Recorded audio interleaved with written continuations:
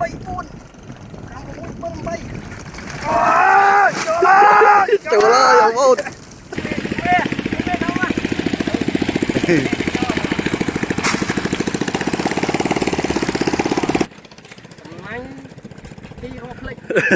này chị bay rồi nó trên phê chị quỳ cho đói à giờ chú kèn còn ke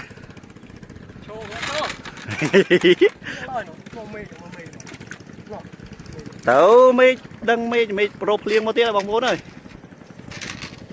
mặt vòng mưa đây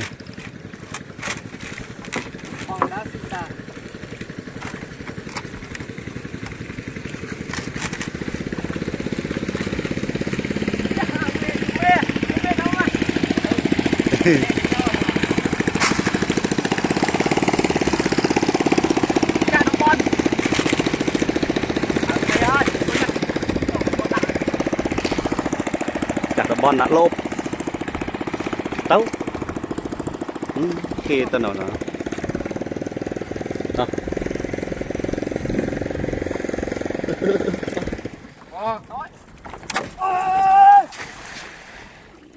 chị nó mô khăn này mình nụ anh không thoát nó chứ khăn này thật mặt mình anh ơi cái bồn mục đi đây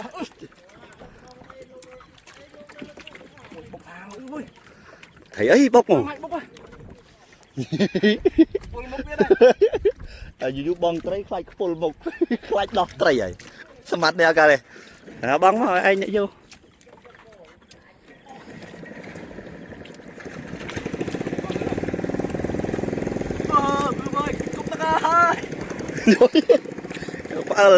nè ta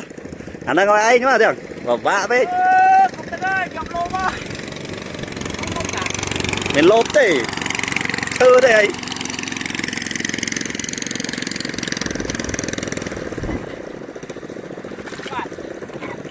chò mai bằng bốn chom mà mình lốp tê thơ đây mơ mấy khơi nước ấy lấp là vai bóng ổn lên đây sật tray chơ mùi này bao chiết thế này mình hốt đó nằng về pâng tao đo chử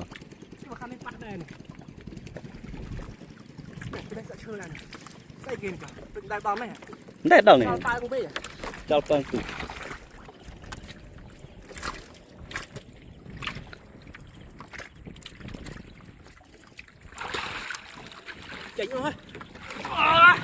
được không? Chanh mà nó buôn nó lô đây mà săn anh máu ma đây vô một smart dân smart là nhâm đỉnh nè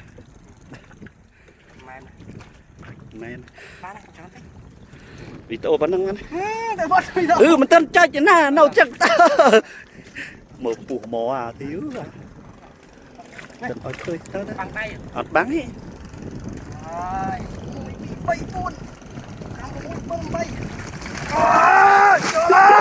trời ơi ông ôn đi nè